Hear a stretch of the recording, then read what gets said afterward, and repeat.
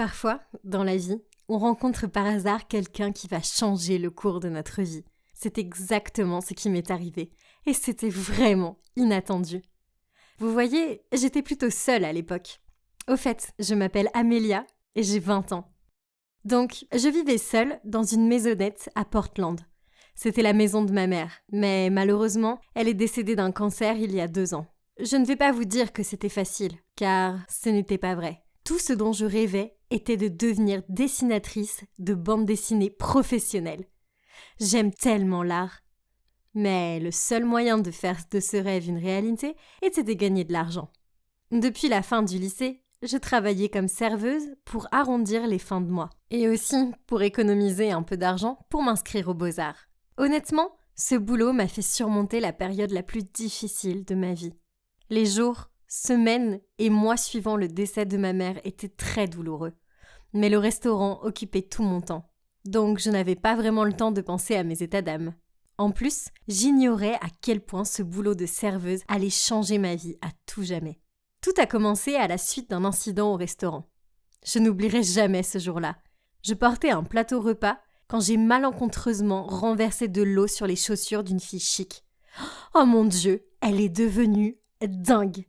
Elle s'est mise à me crier dessus, et même si je me confondais en excuses immédiatement, elle a quand même voulu parler au manager.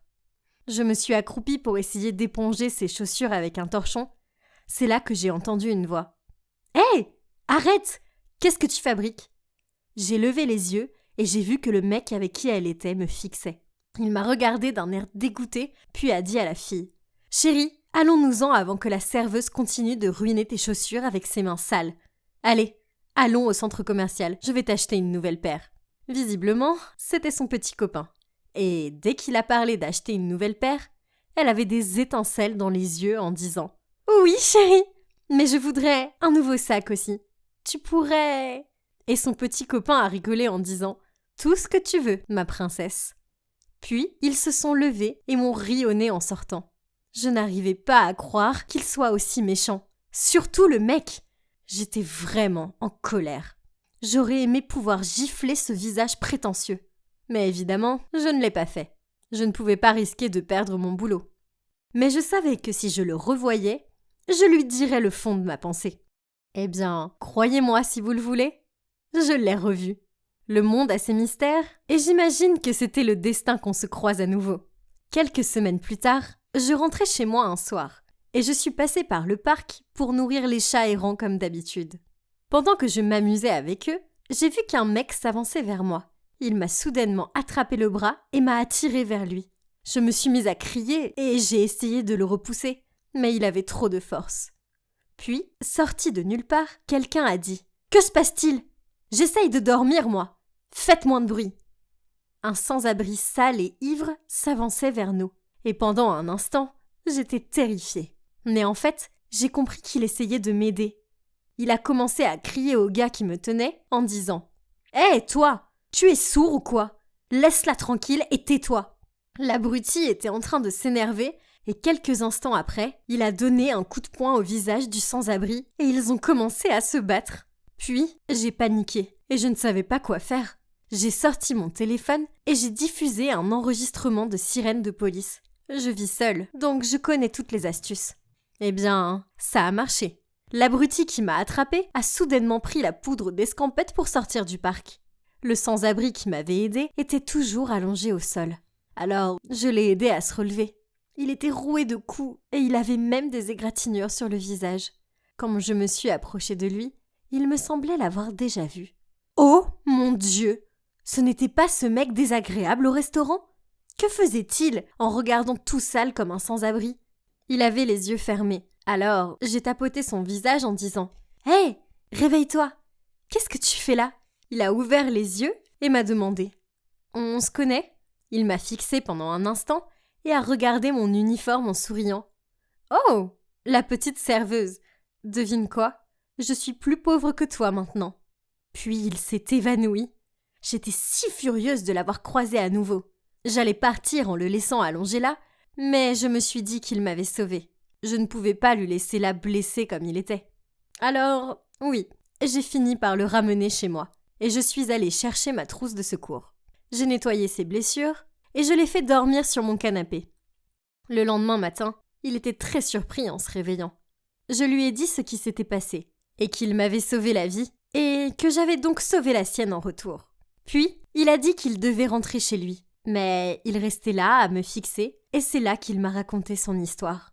Il était vraiment sans abri.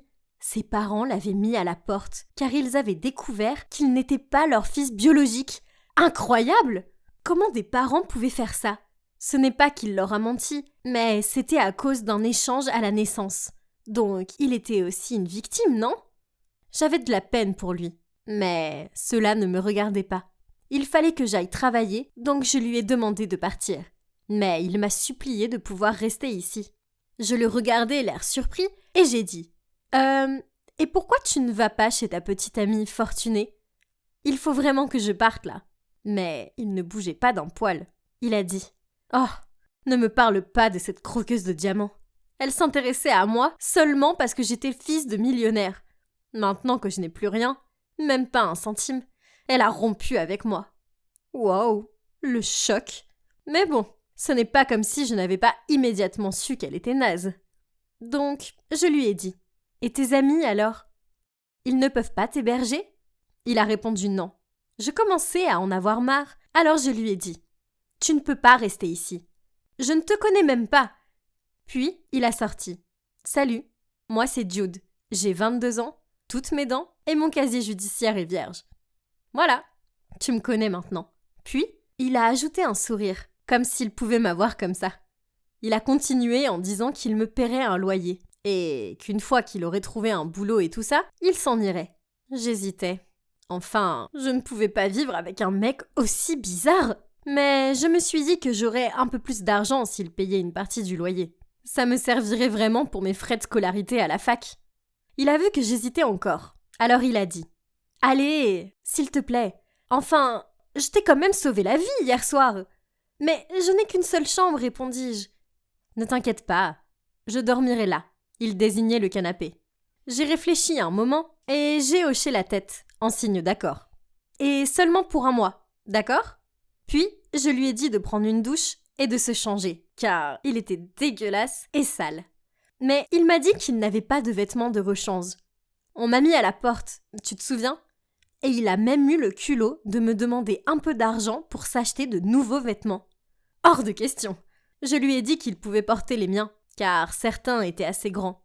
Au début, il a refusé. Il a dit que c'était hors de question qu'il porte des vêtements de femme.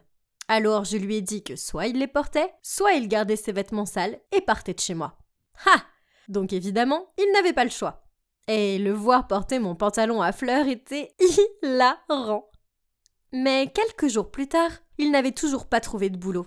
Chaque soir, je rentrais et je le trouvais allongé sur le canapé dans mon pyjama large. Il était bordélique et flemmard. Et après une semaine, je n'en pouvais plus. Je l'ai remué en disant « Il faut que tu te trouves un boulot. Comment tu vas me payer un loyer sinon ? Et la moindre des choses serait de ranger un peu. Je ne suis pas ta bonne. » Il a dit qu'il avait cherché un boulot de bureau, mais que c'était difficile, car il n'avait pas de connaissances ni d'expérience. Ça m'embêtait alors, je lui ai dit de postuler comme livreur. Il m'a regardé avec horreur en disant « Tu me prends pour qui ? Eh oh, bonjour, tu es sans abri et tu n'as rien. Qu'est-ce que tu veux encore, pensais-je. Puis, je lui ai dit qu'il pouvait venir travailler avec moi au restaurant. Mais il a refusé en disant que ses amis y allaient tout le temps et qu'ils se moqueraient de lui. J'étais bouche bée. Je lui ai dit « Comme tu voudras, mais après ce mois-ci, tu pars d'ici. » Quelques heures plus tard, il a frappé à la porte de ma chambre en disant qu'il voulait bien travailler au restaurant, mais qu'il aurait besoin de vêtements. Enfin, je suis soulagée que ce mec soit revenu à la raison. Bien, tu peux commencer demain. J'appellerai le manager. Et je sais exactement où tu pourras te procurer des vêtements stylés gratuitement. Allons-y. Au début, il était enthousiaste, mais quand il a compris que je l'emmenais dans un centre de dons de vêtements, son visage a changé. Il avait l'air dégoûté et a dit « Hors de question !» J'ai rigolé en disant « À toi de voir, soit tu choisis des vêtements ici, soit tu portes mes vêtements. J'ai une robe à fleurs qui se marierait très bien avec la couleur de tes yeux. » Il a fait la tête en fouillant à contre-cœur dans la pile de vêtements de seconde main. C'était si drôle. Mais ce n'était que le début. Vous n'allez pas croire ce qui s'est passé ensuite. Patientez jusqu'à l'épisode 2 pour découvrir ce qui s'est passé entre Jude et moi.